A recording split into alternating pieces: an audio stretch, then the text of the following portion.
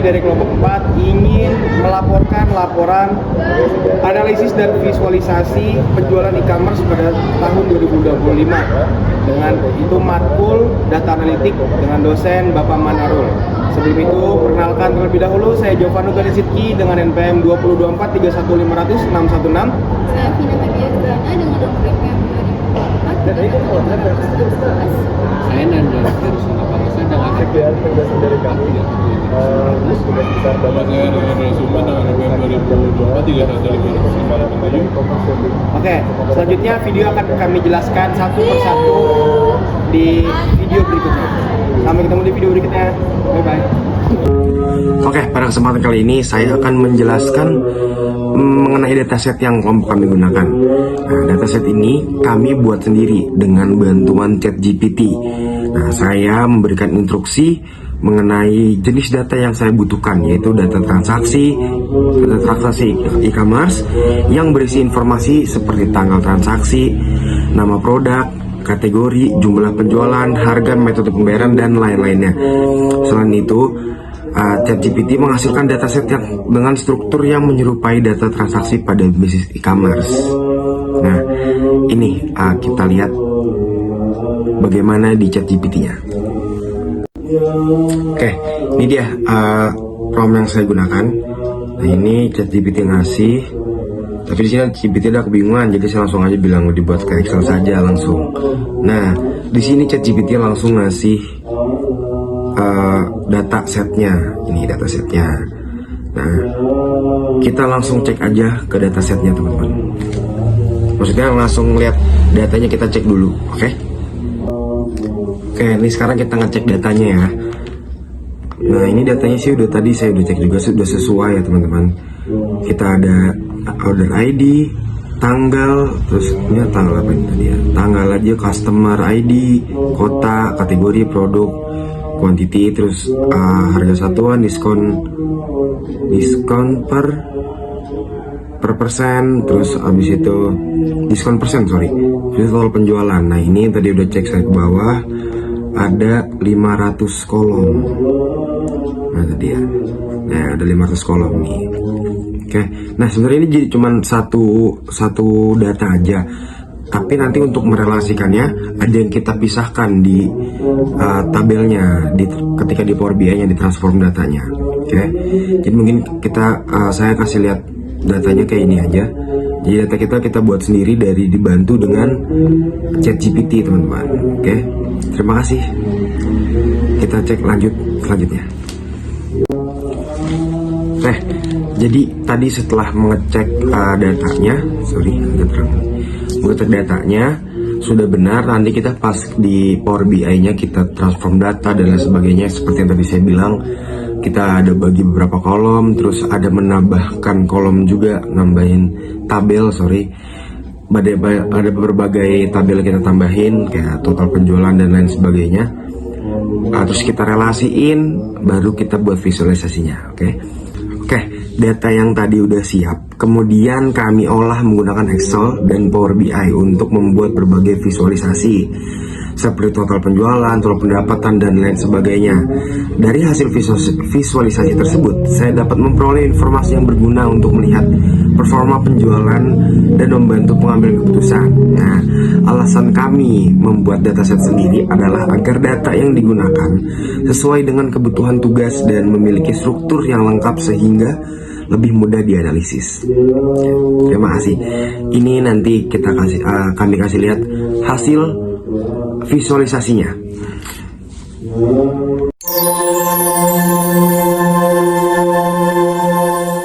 Oke, di sini saya akan menjelaskan tentang dashboard penjualan yang ada di atas. Yang pertama itu ada visual tentang total penjualan.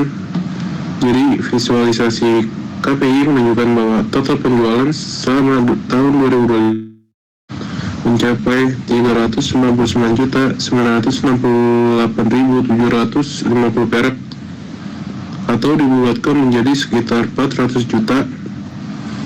Nilai tersebut merupakan akumulasi seluruh pendapatan dari transaksi penjualan pada dataset.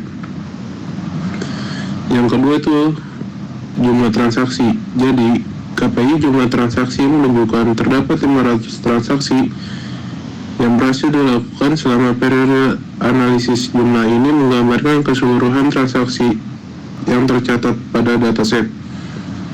Yang ketiga itu ada total barang. Jadi KPI total barang menunjukkan sebanyak 2.914 barang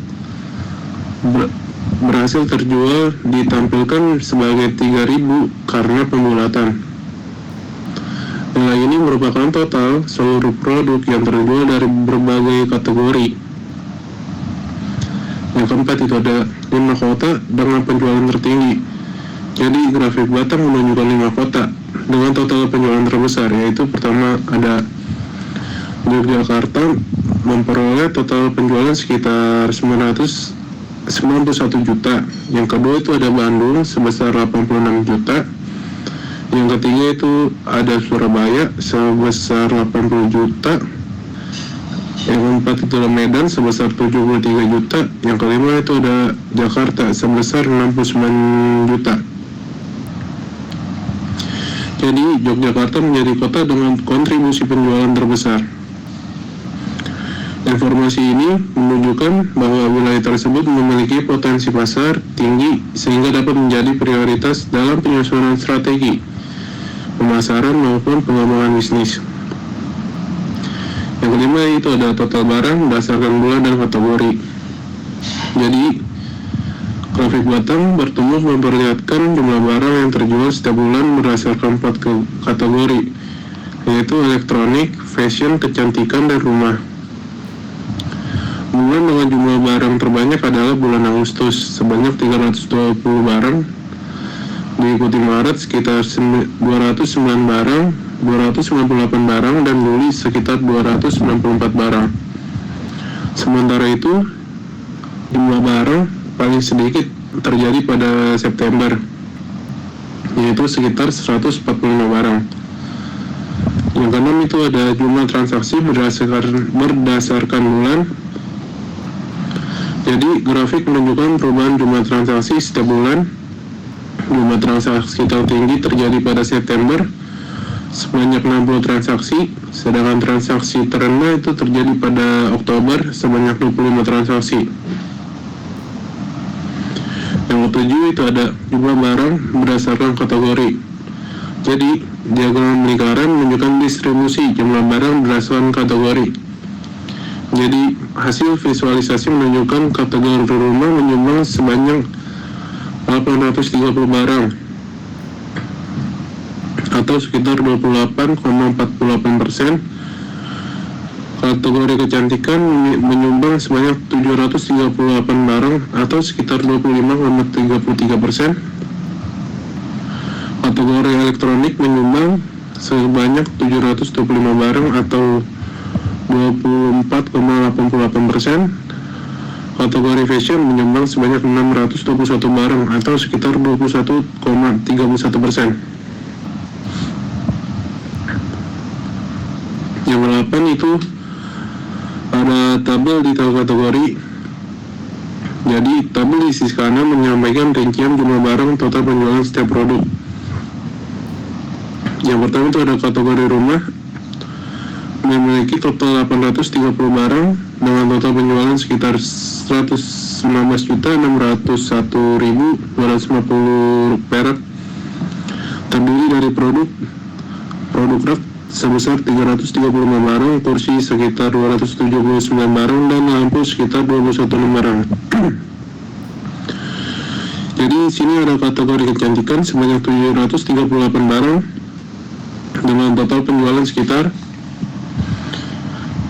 98.905.000, yang didominasi oleh lipstick sekitar 287 barang, diikuti dengan serum sekitar 246 barang dan skincare 205 barang.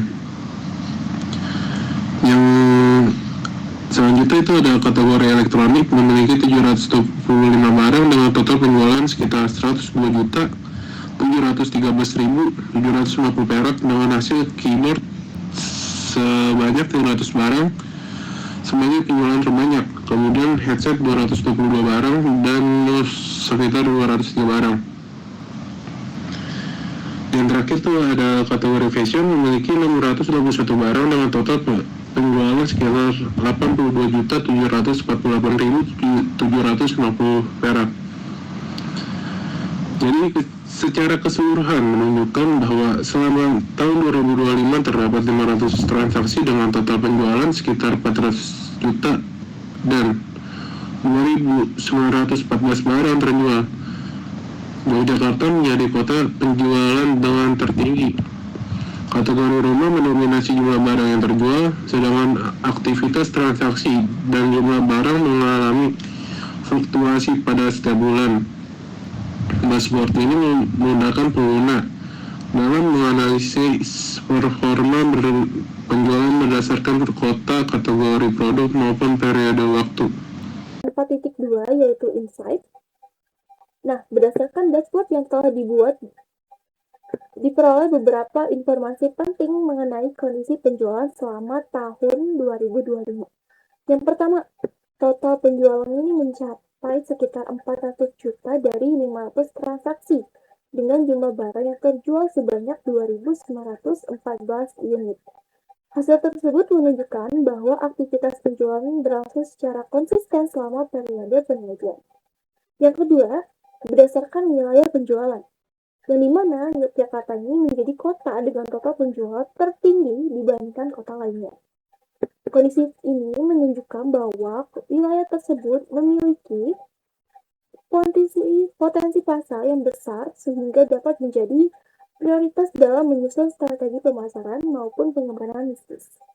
Yang ketiga, berdasarkan kategori produk. Nah, kategori rumah ini memiliki jumlah barang terjual paling tinggi, sedangkan kategori fashion memiliki jumlah penjualan paling rendah. Nah, informasi ini menunjukkan bahwa permintaan konsumen terhadap produk rumah tangga ini lebih tinggi dibandingkan kategori lainnya selama periode penelitian. Yang keempat, hasil analisis berdasarkan waktu menunjukkan bahwa jumlah transaksi dan jumlah barang terjual mengalami fluktuasi setiap bulan. Kondisi tersebut mengidentifikasikan bahwa tingkat permintaan pelanggan tidak selalu stabil sehingga diperlukan evaluasi terhadap strategi promosi dan pemasaran pada produk tertentu. Jadi secara keseluruhan pada insight dashboard ini berhasil memberikan gambaran yang mengenai kondisi penjualan berdasarkan wilayah, kategori produk, jumlah transaksi, serta peran penjualan sehingga dapat mendukung proses pengambilan keputusan bisnis secara lebih efektif. 4.6 yaitu rekomendasi. Nah, berdasarkan seluruh hasil analisis dashboard penjualan e-commerce, terdapat beberapa rekomendasi yang dapat diterapkan untuk meningkatkan performa penjualan, yaitu yang pertama, meningkatkan promosi pada kategori produk dengan penjualan yang masih rendah agar minat pembeli yang meningkat. Yang kedua, memfokuskan strategi pemasaran pada kota dengan tingkat penjualan tertinggi untuk mempertahankan dan meningkatkan penjualan. Yang ketiga, melakukan evaluasi terhadap periode yang mengalami penurunan penjualan agar dapat disusun strategi promosi yang lebih efektif. Yang keempat, menjaga ketersediaan stok produk yang memiliki tingkat penjualan tinggi untuk menghindari kehabisan stok. Dan yang terakhir, memanfaatkan dashboard Power BI sebagai alat pendorong penjualan secara berkala untuk mendukung pengambilan keputusan berbasis data. Saya akan menjelaskan kesimpulan. Berdasarkan hasil penelitian yang telah dilakukan oleh kelompok kami, dapat disimpulkan bahwa penerapan Microsoft Power BI pada analisis data transaksi e-commerce mampu mengubah data penjualan menjadi informasi yang lebih mudah dipahami melalui berbagai visualisasi interaktif. Proses pengolahan data dilakukan melalui tahapan data cleaning, transformasi data, data modeling, serta pembuatan measure menggunakan DIX sehingga menghasilkan data yang terstruktur dan siap untuk dianalisis. Dashboard yang yang dikembangkan berhasil menyajikan informasi mengenai total penjualan, jumlah transaksi, jumlah barang terjual, distribusi penjualan berdasarkan kota dan kategori produk, serta tren penjualan berdasarkan periode waktu. Selain itu, dashboard juga dilengkapi dengan fitur slicer yang memungkinkan pengguna melakukan analisis data secara lebih fleksibel sesuai dengan kebutuhan. Hasil analisis menunjukkan bahwa dashboard mampu membantu pengguna dalam memantau kinerja penjualan, mengidentifikasi pola transaksi, serta memperoleh informasi yang dapat dijadikan dasar dalam penyusunan strategi bisnis. Dengan demikian, tujuan penelitian untuk menghasilkan dashboard analisis penjualan berbasis Microsoft Power BI sebagai media pendukung pengambilan keputusan bisnis telah tercapai. Saran: berdasarkan hasil penelitian yang telah dilakukan, terdapat beberapa saran yang dapat dipertimbangkan untuk mengembangkan penelitian maupun dashboard pada masa mendatang, yaitu sebagai berikut. Yang pertama, menambahkan data penjualan dari beberapa tahun sehingga analisis tren penjualan dapat dilakukan secara lebih akurat dan komprehensif. Yang kedua, menambahkan indikator bisnis lainnya seperti keuntungan, biaya profesional, dan target penjualan agar informasi yang disajikan menjadi lebih lengkap.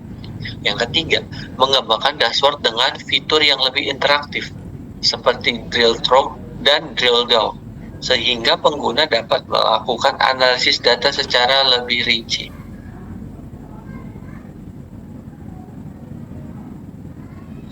Yang keempat, menghubungkan Microsoft Power BI dengan basis database atau sumber data secara real time, sehingga proses pembaruan data dapat dilakukan secara otomatis tanpa harus mengimpor data secara manual.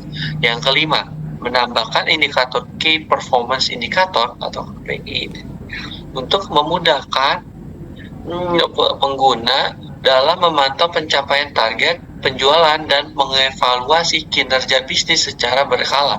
Diharapkan penelitian ini dapat menjadi referensi bagi mahasiswa maupun pelaku bisnis dalam memanfaatkan bisnis intelligence, khususnya Microsoft Power BI sebagai alat analisis data dan pendukung pengambilan keputusan yang lebih efektif serta berbasis data. Begitu saja video dari kami. Terima kasih sudah menyimak. Semoga apa yang kami jelaskan dapat diterima dan ditangkap oleh teman-teman semua. Terima kasih. Wassalamualaikum warahmatullahi wabarakatuh.